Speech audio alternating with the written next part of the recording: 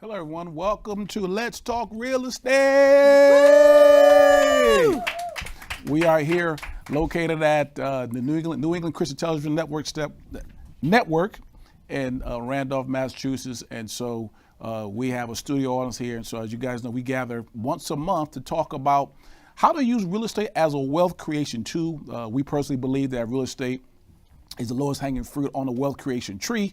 And so we gather together as a group to talk about how do we practically get that done. And so we want to thank Eddie Jules and his staff here at the network. They allow us to come in here for free in order to hold this meetup. And so we thank God for them. And we say if the best way to say thank you is to give something back. Mm-hmm. And so there should be a QR code coming up there where you can sow into this ministry, sow into this network. And so if you don't do it now, but make sure you do that because it takes money to run anything, including a network. And so we want to be a blessing to the network because not only does it do this type of quality program, it does a lot of obviously things, preaching the word and so on and so forth, but it has a cooking show and a workout show and a lot of things that will not only advance you spiritually, but help you with your money and your health and relationship things of nature. So make sure you do that. And then also the second commercial is we are having our real estate Wealth Creation Summer. That's on June 10th. Woo-hoo! We are about a month out, and so that should be up on the screen at some point during this as well. But yeah, there it goes side by side. So there's a QR code on there that you can go to sign up. There's an early bird up until I think May 10th or so, and then after that is it's $147 until then, and then after that it is $197. And so we got 150 people who will be there. And so I want to make sure you're there. We have talked about the importance of being in the room and getting around people who are like-minded. Some of you who are of faith, which many will be or are. We talk about iron sharpening iron. And so that's going to be a time where a lot of us getting together talking about how do you use real estate as a wealth creation tool. So make sure you're there. Even if you can't make it, sponsor somebody else. I've been telling people who have kids, send your kids. Get them out your house. Yeah. Teach them something. Teach them something so they can get out your crib. And so you want to send them there. All right. So that's all my commercial for tonight. Last month we started around looking at how do you design your projects for your real estate. Actually, how do you design your house for a real estate project? Because it's very different than when you're doing your own particular home. And so we had a lovely guest here last month, someone I know quite well. We've been married for, my wife Kendra Jenkins, we've been married for 26 years and a couple weeks. But she's also my business partner and life partner, so we do a lot of things together. But I didn't bring her on because she's pretty and good looking, and I want to look at her, and I brought her on because she's very knowledgeable in the area of design. All the projects that we've done, Kendra has been the mastermind of it. And not only that, but I've learned to trust her judgment and things. So people will say to me, what should we do, Pastor? I'm like, whatever she tell you to do, just do it. Because she has a great eye for things and can see things that I can't see and a lot of people can't see. And it turns out beautiful most of the time. Opposite 90%, 99.9% of the time. You ain't 100%, you like Clorox. Okay. 99.9%. Okay. It clears it up. So last month, we hit a few things that talk about design. I'm going to hit them right quick, and then we're going to turn this program back over to Kendra. So we said 5 tips from last one. We said, number one, remember that this is not your personal residence, right? Yeah. What is it? This is not your personal residence. This is not my house. Mm-hmm. And so that will be something that you will be fighting until the day you stop doing this. It's something Kendra and I talk about. We always say, listen, we're not living here. Mm-hmm. So that's number one. Number two, we talk about over designing can cost you money. Mm-hmm. And so what you want to do is make sure you don't want to cheap out and have cheap materials in your projects and things of that nature, but you can also over design. Mm-hmm. And so it's based off a number of things. One of it is whether it's going to be a fix and flip or whether it's going to be a buy or hold. That's one thing, but also the community that you're living in. And so if I'm doing a project in New Bedford, it'll be much different than me doing something in Newton or Wellesley or whatever else. Yeah. So you don't want to over design. The number three we talked about last month is no difference between designing for a rental property versus a fix and flip. Now, a rental property simply means that I'm getting it and then I'm fixing it up and then I'm gonna rent it out for buy, hold, and cash flow to my family, so to speak. And then a fix and flip is what I'm doing is I'm buying a project, and then what I'm doing is I'm flipping it to an end buyer. And so those are two very different mindsets when it comes to designing for your project. So you got no difference between that. Number 4, which we'll hit on really big tonight, is you don't have to spend big dollars. You can make something look really nice with a minimal budget. And so my wife is going to talk a lot about that tonight. And then the 5th thing we talked about, or maybe we didn't mention it, but I'll mention tonight, enlist the help of others. Meaning, if you don't know what you're doing, get some help. And there are a lot of ways you can do that. You can enlist someone like my wife to help you out, or a lot of times when you go to stores, they have people right there in the store who will help you put together a design. And so if you say, hey, Dexter, I'm just not good at that, well, there is a lot of people who can help you get your project together. So that, in a nutshell, that was what we really covered last month. If you want to go back and look at that show, you can go on actually NECTN YouTube channel and pull that back up, and you can get caught up from last month. And then this month, what we want to do is be more really hands-on and practical. And so we actually went to Floor and Decor and did a couple of things. Floor and Decor, that was it, right? Just went to Floor and Decor, grabbed some materials. And so we want to give you some hands-on experience with that tonight. So without further ado, hand it over to my lovely wife, Kendra Jenkins. Thank you so much. Thank you so much. Thank you so much. So so we're going to talk tile today, because if anybody's ever been to Floor and Decor, it can be overwhelming. Yes, it can. And I think last time we met, we were talking about making sure that you are designing for the style of the house in which you are doing. Right. I think we've all walked into a house. If you do this long enough, you'll walk into a colonial and they'll have modern fixturing in there, and it just looks really out of place. So it's staying core to what the house was. And there's some vanilla houses out there that you can do basically what you want to, but there are some, especially in this New England area, where we truly have to sort of stick to it. Is it a colonial? Is it a traditional house? Is it a modern house? Is it a mid-century house? And basically what we did, we went to Floor and Decor, and we're going to do a little bit of a case study tonight. So when you're looking to do tiling or flooring, you are going to ask your contractor to tell you the square footage in which you need to cover. That's floors, that's backsplashes. So it's kitchen floors, it's any floor at all. True. You know, you're gonna determine, you know, for the floors in the house, are there hardwood floors that can be redone? If there is, it's like a gold mine, because you're basically spending no money to get really nice floors. Is it that you have a budget for carpet, because carpet is the cheapest thing to put in a house? Or are you going to do tile? And we're going to spend a lot of time on tile tonight, because when you go into any type of, even a smaller tile store, the options are almost limitless, and it's really sort of hard to get yourself there. So we're going to talk about different types of tile tonight, and then how to lay those things out. So we're going to have some slides at the end of the day, at the end of the presentation, that will show us just different ways to lay things out. So we have a whole presentation here to go over, and as people were gathering tonight, we went through and like, what's the most expensive one? What's the cheapest thing? So Eddie's kindly put that up for me, which is great. And so in this area, we have some hardwood, some flooring or hardwood, and some laminate options. And then we have a whole bunch of tile that could be used for a myriad of applications. But if you just look even at this, the hardwood, the flooring. So the first one here is a hardwood floor, and I don't think I'm on camera. Sorry. So this one here is a hardwood floor, and this would be the most expensive in what I've just presented tonight. And the reason for that is it's hardwood floor. It's the best of the best, and there's a variation. You can spend $3 a square foot on hardwood floor. You can spend $20 a square foot on hardwood floor. The other thing too is this is a hardwood floor-ish type product, where they've taken wood, sawdust, things of that nature, and sort of pasted it together and come up with this. Like a hot dog. Like a hot dog.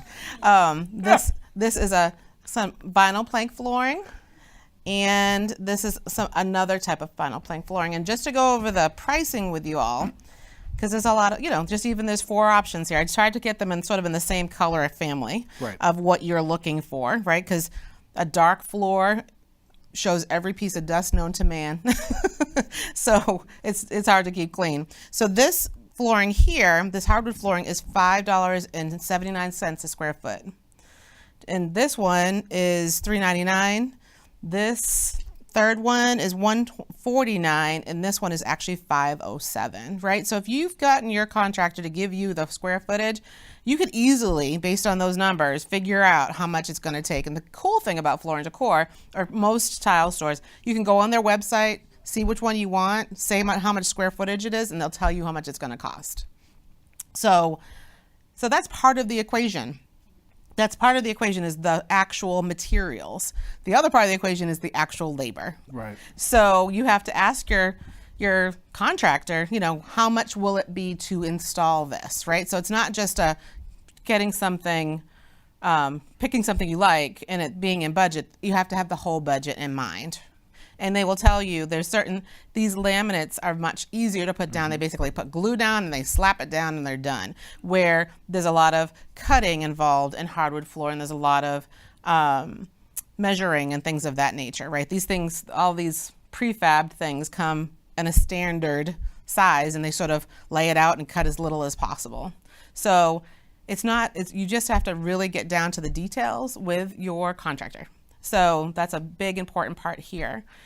And so then when we go to the tile selection, I was trying to prove a point here. There's 1 million white tiles out there, right? You could go into Floor & Decor. I could have bought 100 more. And when you go in, you're just like, how am I going to choose? You see people picking up samples and just wandering around the store, and you really have to go in sort of with what am I looking for? Like, what's my budget? Because when you're doing a flip, and we've gone through this a couple times with folks, we have an extensive spreadsheet that we do with folks to really go down to the detail of everything that we're going to spend. You buy a house, you get a contractor in there, you ask them, tell them what you want to do, you get to see if that is, the contractors are a good leveling, because you'll have this pie in the sky, this is what I want to do, and then they bring you right back to reality when they tell you how much it's going to cost.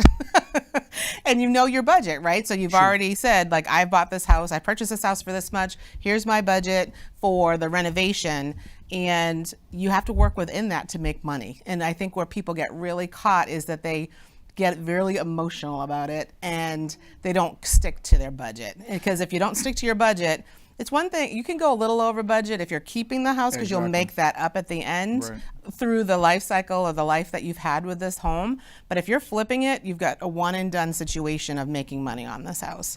So to go through the tile, so I'm going to just run this off for you from a square footage perspective. This tile is, can you see my hand? You can. It's number 5, it's $3.45 a square foot. This number 6 is $7.77 a square foot.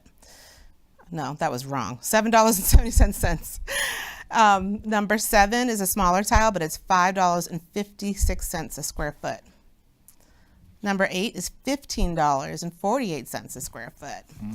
I hope you're getting the understanding, like, it really varies about how much this stuff costs.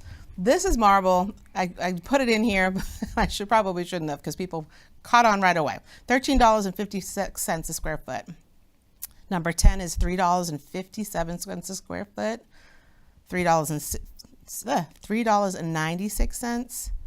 $5.96. Number 13 is $3.16, and number 14 is $3.59. And the reason why you have to get down to the brass tacks of things of like, how much is this going to cost a square foot? The other thing too, I think we talked about it last time we met, is that the larger the tile, the cheaper the install. Right. Because they have to cut less, it covers more square footage. So we might like number 14, which is the biggest tile that we have out here, and it's coming in at $3.59. You just have to sort of lay out your options. I like this and this. Okay, how long, you have to ask your contractor how much it's going to be to lay that out. We talked about one of the houses that we did in Brockton, and we just didn't have a big budget. I bought the largest format tile. It was 24 by 24. When it was going to go from the front door all the way through the hallway, the kitchen, the bathroom, the side room, because that way it's one consistent look. It's really easy to lay. There wasn't a lot of cuts, and they could do it in a very short amount of time. A lot of the times, your contractors are subcontracting hourly people. So it's by hour that they're paying them. So if it's going to be super quick for that, that sub to do that, that factors into your equation of like which tile to choose. So I think it's just an interesting thing when you lay it all out, because sometimes you look at something like, oh, I feel like that's more money than I want to spend, but you have to do the math of it. Like, what is it actually a square foot? And what is it going to cost to lay that tile? And your contractor will be super helpful. When we work with ours, it's like, all right, give me the backsplash square footage, the flooring square footage, whatever square footage we need. They put it all down on a piece of paper, and then we go shopping. Right. We go shopping, and you can't really probably see it on camera, but this one has a lot of variation. It's sort of bubbly. A lot of the rest of them are flat. This one's have a little more movement to it. The other thing about tile is this one is very matte finish. You're not going to get any bounce of light off of this at all. Where this one is shiny, you can see that the light bounces off of it. And why that's important is if you have a dark space in a home, this one's shiny too. We've used this one actually in a bathroom. It comes out really nice. If you have a dark space in a home, you can still use a sort of darkish tile if you want, but it has to be shiny because the light has to bounce off of it. So if you ever walk into something and it's very matte, it's just there's no life to it, and it's very dull. Now, this is a beautiful tile. It's a marble tile. It's beautiful. And maybe we love that tile, so we're going to do that, but maybe that's the backsplash, and then the countertop is a shiny material, or the paint is a semi-gloss paint. So there's just a lot of options out there, but not to intimidate.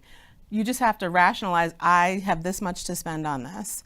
What is my best option to cover whatever I'm trying to cover, and what are the other elements that I need to consider? There's cost, there's what the aesthetic is that you're trying to do, and sometimes you will choose, let's just say you have a really small bathroom or a really small kitchen.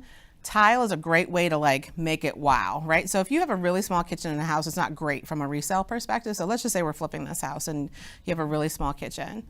You can sort of splurge on that tile on the backsplash or somewhere else in that kitchen, because people are going to be like, wow, that's super cool. Mm-hmm. But you didn't spend a ton of money because the square footage is so small. Sure. Right. We did this to really ramp up a bathroom that we did that was really, I think it was a 5x5 bathroom. It was tiny bathroom. But we did penny tile, which is actually one of my favorite tiles. We did penny tile. It was, appropriate for the house. We did it on the floor and into the shower pan to make it look bigger. And then we're going to go over some tile formats. We took it and we did a stack, and we went up all the way up the wall and up onto the ceiling, because it drew the eye up. Right. And so when you walked into that really small bathroom, first people were like, ooh, this is super cool. And it made it look bigger than it was. So people didn't have oh my goodness, this bathroom's really small. It was a small, but it was a full, there was a 3-piece bathroom. It was a full, it was a full bath. Technically, from the size of it, should have been a half bath, but it was a full bath. It was a full bath when we got there. So we knew that we had the plumbing. And you want to keep that. And you want to keep it, because if you can get a full bath instead of a half bath, you're just in just a better situation. So those are some tile choices, but it's really, you have to do the math. And let's just say so the interesting thing about a flip is, especially if you have to do mechanicals, you had to do the plumbing, you had to do the electricity, you had to do a roof, there's certain things that have to be done in a house, right? Brought up to code and things of that nature. These are the last things that you're doing, the finishing work, and you really have an opportunity to sort of get your budget back on track if you've spent more in those places than you planned to at the beginning of your journey, right? So it's all the best laid plans, right? It never works out the way you think it's going to. And it was funny, we were walking through a flip yesterday, and when you're renovating a house in its entirety, there are probably a million decisions to be made, right? So it is. I was being kind. There's just a lot of decisions, and it can get really overwhelming. Excuse me. But it's one of those things where you have a rough plan, and the big things usually always get done. There's certain things that just have to be done, right? You walk in and the bathroom's trash, you have to do the bathroom. So all the big stuff gets done, but you might have had a vision, and then the dollars and cents come into it. This is a place where you can save so much money because the finishes, I rattled off all those numbers. You can go from, spending $10 a square foot or spending $1 something a square foot, right? But you can still make it look great, and it's all brand new and it's lovely. Right. I'm going to ask Eddie to show the different ways, the different patterns of tile that we can, that you have an opportunity to do. So what I did is I went and I picked a tile. I think it might have been number 12. And you can lay it in different ways. So it's number 12, I believe, is a cheaper tile. And you can lay it different ways. So the first one is this brick, I still call it a brick lay, but it's also called offset. It's what we're usually thinking about it being, right? It's a traditional way of laying tile, which is perfectly fine. You have a traditional house and and it's the easiest thing. Everybody knows how to lay it, right? So there's this brick lay. And then Eddie, do you want to go to the second one? So then you can modernize that and just turn it on its head. So then that's what we did in these bathrooms to make it look longer. So this tile you can't actually get really traditional subway tile anymore. They don't make it because nobody wants it, because that was like a 3x6, if you will. This is, I think I chose like a 4x6 or something like that, but it was longer. It might have been a 4x8. Right. But either way, you can just turn that brick lay and onto its, turn it vertical, and you are able, what it does, it gives you height in however you do it. So when you lay it on a horizontal, it makes things look longer. If you lay things on up and down, it makes things look larger and taller. So let's just say you're battling a house that doesn't have really high ceilings. Lay it that way because it tricks the eye to go up, and so it makes it look bigger.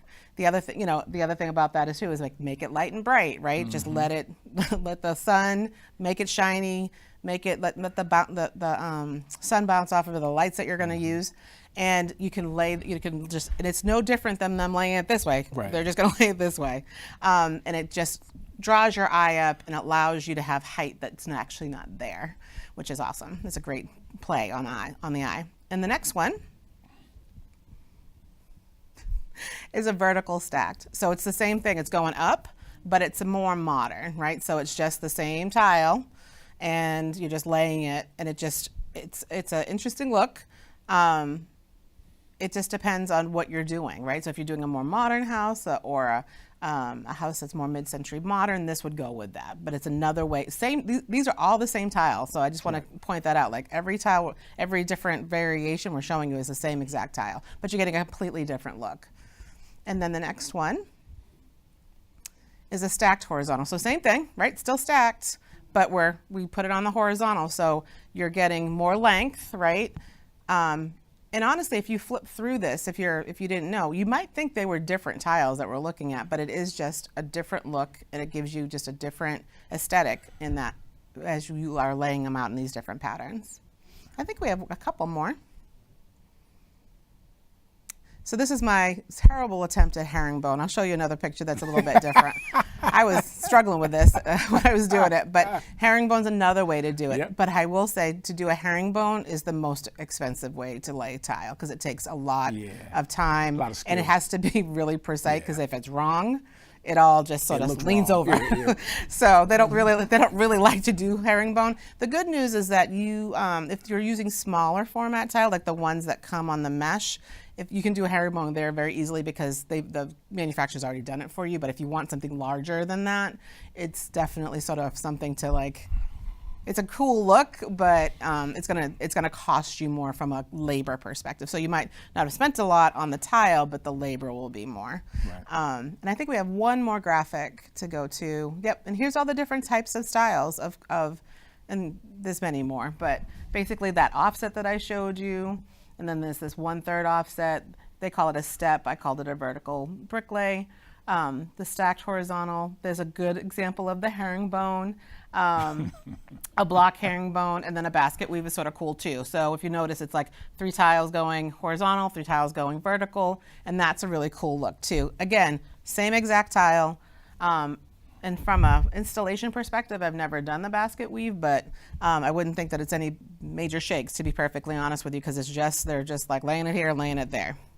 So, but those are, I hope you got you understood what I was trying to prevent or lay out there. Is you can take any kind of tile and lay it out there in many different ways and get a completely different look to what you're doing with not. So when we talked about last time we were together, that you can do this not so much on the cheap, but you can take something and make it, make it look really, really elegant, really, really cool. People like will walk in and be like, oh, look at that tile. But it's like, it's like no big shakes. What we don't have here is any examples of grout. And so exactly, I'm about to say, hit the grout. Yeah. So unfortunately, I forgot my little grout thing. But if you go to Flooring Decor, they'll give you like all of these grout options. And legitimately, when we first started this, I thought there was one grout, white. No. There is so many types of grout, and a lot of people are doing white tile with a dark grout. If you like that contrast, you can do light tile with a gray grout. You can do gold. You can go blue. You can do purple. Like you can get grout in anything that you want. And it's really just basically, what do you want it to look like? Right. So if you want, like if you're doing a basket weave, that last one that we showed you, it would behoove you to do a darker grout because that way you see that pattern, right? But if you're not, but if you're doing something where you just sort of want some texture, you don't want it to really stand out because you're doing something else that's bold in the kitchen or in the bathroom, you can just do a white grout or a really light gray grout so that it sort of blends in. So you get a little movement, but you don't have to be concerned. You don't want it to be the star, because sometimes you want the tile to be the star, and sometimes you just want it needs to be there because it serves a purpose, especially in your kitchen and in your bathroom, and so your walls don't fall apart. But you just want it to sort of be there. So let's just say you did a bold. You want the floor to be the star. You did a bold tile on the floor. I don't recommend it, but you can do that. If you're keeping the house for your personal use, fine, but you don't want to ever choose a tile, and I didn't bring any with us today that are super patterny, that where someone's going to walk in and be like, like if there's a strong, if you're with somebody, you're like, oh, I love this, and they're like, oh, you need to sort of take a pause and say, will that deter someone from buying this house, right? So you've done this whole house over, you've worked on it, it's been months and months, and you want people to walk in and be like, oh my goodness, this is so beautiful, and I can see myself here. Right. And when you make things too specific, people can appreciate what you did, but maybe they're like, I don't know if I'm gonna do this. It's not for me. So you want to, it's that fine balance of like making it look really nice, but speaking to the masses. So, but the grout is really an interesting thing. Definitely the trend right now is to do darker grout. You see that everywhere, where everybody's doing, especially in bathrooms, it's like some kind of light tile with a dark grout, and then they're doing even the shower surrounds. Like if it's a glass enclosure, there's black around it as opposed to metal, like a silver of some kind or a brass. So it just depends on what you want it to look like, for sure.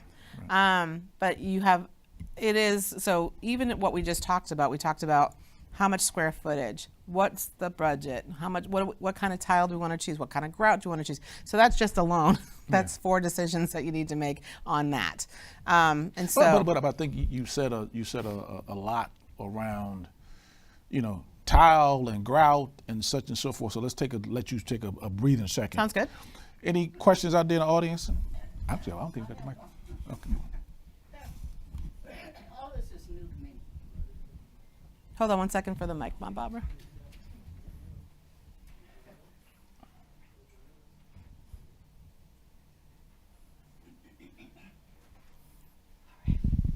Thank you.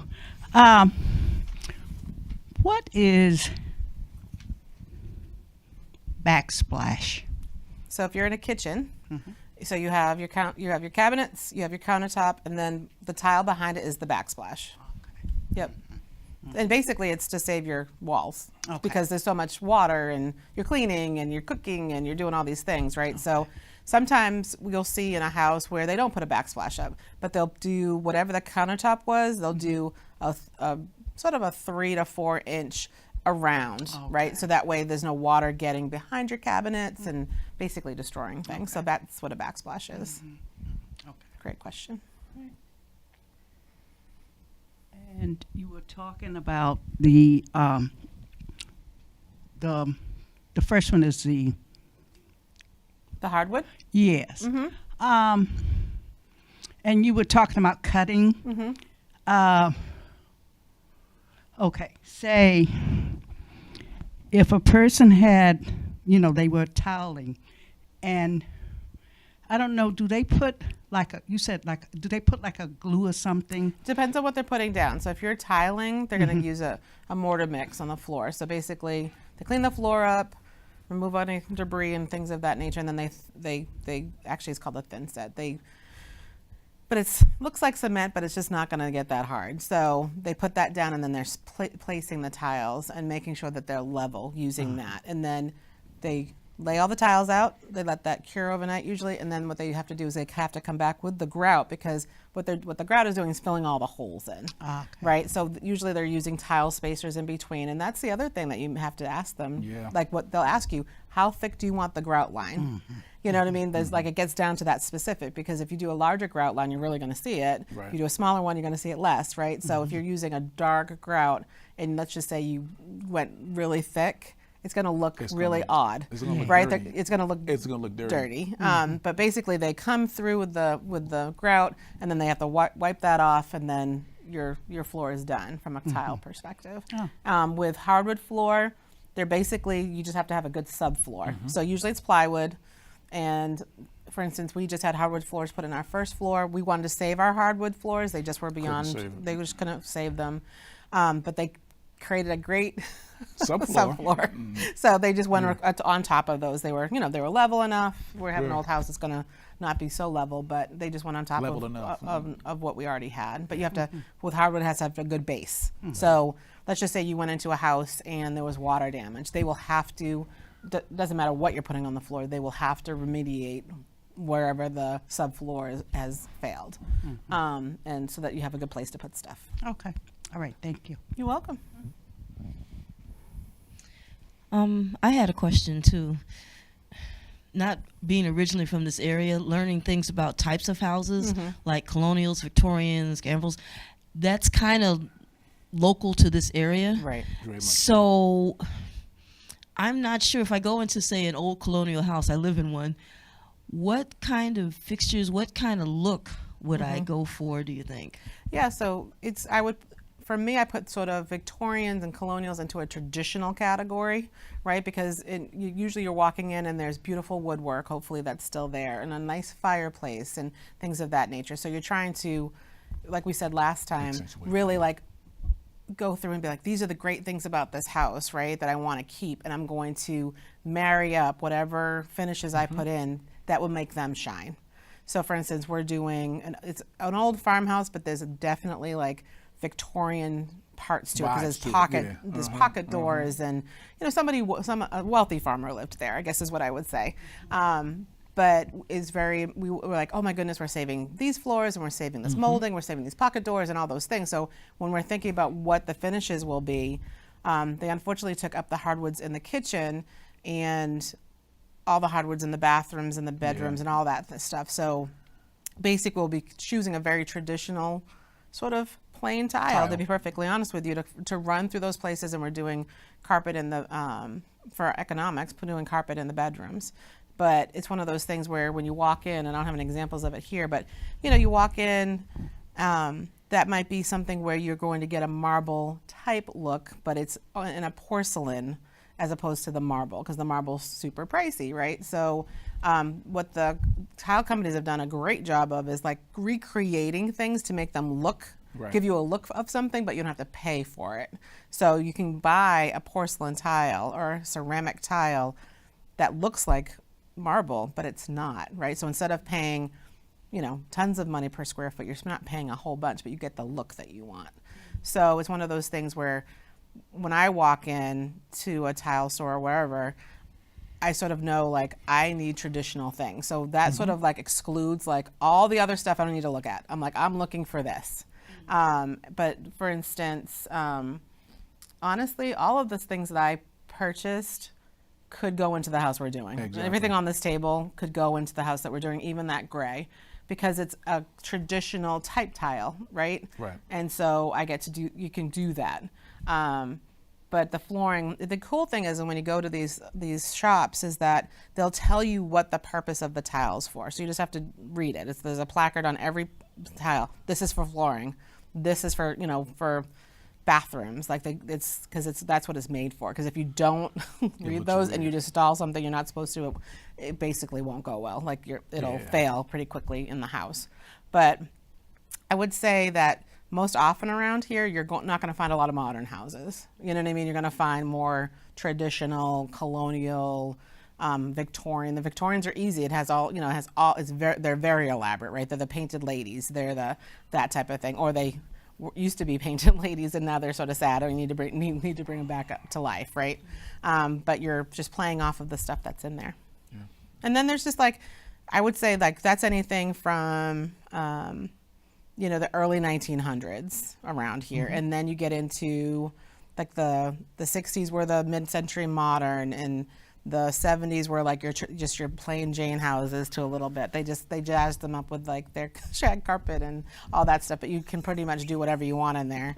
But yeah, so it's more of when you're walking in, is there beautiful woodwork? You just need to play off of that. If you walk in and our house in New Bedford that we kept is very vanilla. It's older, but it's very vanilla, so it didn't really matter what went in there. We just worked with what we had because we knew we were going to rent it. Correct. So we didn't do anything crazy. Okay. Excellent question. Yeah, and I think going back to what we were talked about up front is because the question that my Bob was asking and Sister Dell was asking, it goes back to your own particular house. Yes. Remember, we're doing this as a business. So as a business, you're thinking how generic can I be and how nice can I be at this? So you're weighing both of those, because to your point, you don't want someone to go in and say the house is too specific. Yep. Because what happens is most people don't have the imagination to say, well, I can change this out and change this out. And these are people, they're spending them up here, $300,000, $400,000, $500,000 from a house. And so they're not thinking about, I got to go and paint a room and do whatever else. And so you really need to be thinking about the grays, and we'll talk about paint colors, I guess, in a minute. But what we talk paint colors? Yeah. We'll talk paint colors. The different colors that are just very generic. Now they can go in and paint. They can paint their own room and all that type of stuff. But from a business standpoint, because that's what we're talking, is you want to have everybody should be able to see themselves in the house. We were another flipper. We were at his property in Taunton, and he had a black toilet. He installed a black toilet. He installed a black toilet in the house. And he said, what do you think about that? And I missed it. But clearly, this one didn't. She was like... We were standing in the bathroom, and he's like, what do you think of the bathroom? I'm like, what's up with the black toilet? That's the first thing she said. now, everything else is pretty nice in the bathroom. Yeah, and that's fine. Yeah, pretty nice in the bathroom. Then I said... Because the guy asked me, and I said, to me, I didn't see anything wrong with it. But then I said, you know what, let me bring my wife in here. I was like, check this out. And she's like, what's up with the black? First thing she said, what's up with the black toilet? And now the funny part was this. Because it was the only thing it wasn't like they went for it, right? If you're going to do that, then everything needs to be black. It was a couple splotches of black here and there. But, it was just But it dominated. Too much for me. It really dominated the bathroom. And so when he was talking to his wife is the one who wanted the black toilet. He wanted the black toilet. And he said, listen, if people come through here and they complain about it, this toilet is coming out.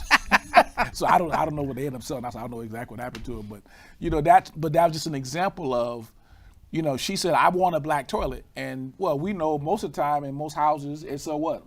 It's a white toilet. Yeah.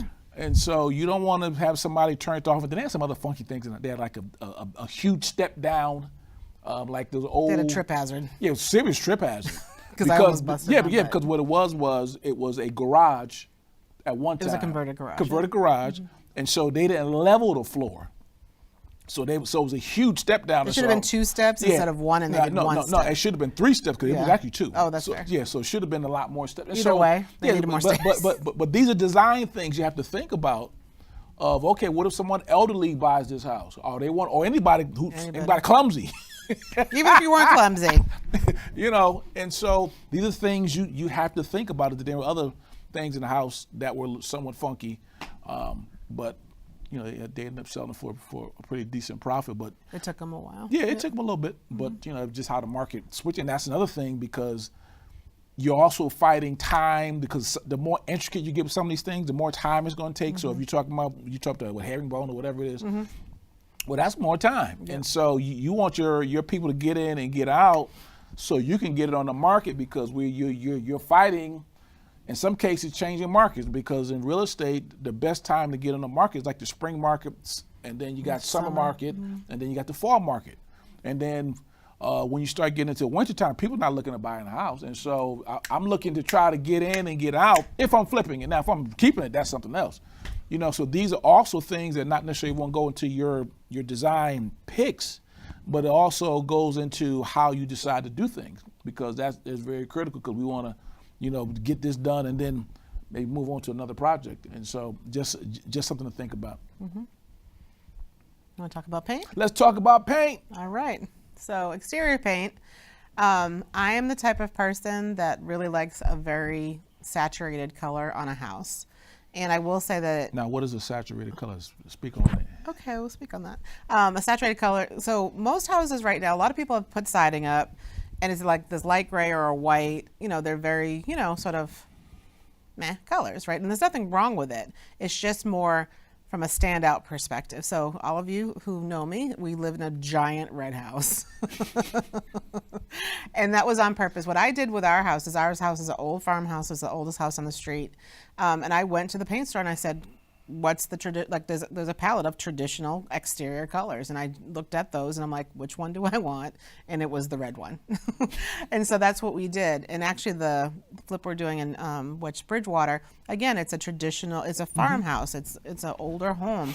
I chose the blue. It's a very nice saturated blue, because part of what you're trying to do with your home, especially when it's there's a lot of homes on the market, you need to be able to stand out. Yeah, when people are doing these searches on Zillow or Redfin or wherever, everybody's just scrolling through, and you want it to be that they're stopping on your property and looking at it, right? So the house that we flipped last year, that we talked about last time, it was a charcoal gray. I stood in the middle of the street and I'm just like, what are all the house colors? Right. What will make this stand out? Because people everybody takes pride in their homes, you know what I mean? Or wants to. Nobody has a home that they're like, I don't want anybody to be happy about this, right? So you want them to, buying a house is a very emotional situation, right? This is where you're going to live. I want to live here. I want to be in this neighborhood. I want to, what are the things that are important to me? And so let's just say there's 10 houses on the street or 10 houses in that neighborhood for sale. You want your house to be the standout, right? But in a really good way, right? So we did the charcoal gray, we did the bright yellow doors. And honestly, because I was like, I want people to stop and be like, oh, that's interesting, right? But I think sometimes you go into some of these flips and they're very, they're not notable, I guess is what I would say. They're nice. There's nothing wrong with them. But sometimes it's like, you want it to be that you're tipping the people over to your side from let's just say there's just comparable houses. You want yours to be that much more, so that people are like, you know what, that's somewhere we're going to go. And I think just listening to you talk, I think that's where you can stand out, because you don't want to stand out in your design. You sort of be generic, but paint, like picking a door color and those type of things, you can stand out that way. Yeah, because bottom line, let's just say you do some funky color on your door, right? And someone's like, okay, I can change that. You know what I mean? That's like a quick change. Yeah, exactly. But like if you're like saying you're going to have to jackhammer up the floor, that's a different conversation. Right. So you're just trying to make that house shine. You know what I mean? And have people be like, I would like to live here. Right. And I think sometimes too is that people don't know they want something till they see it. True. So it's one of those things where you're sort of making it shine.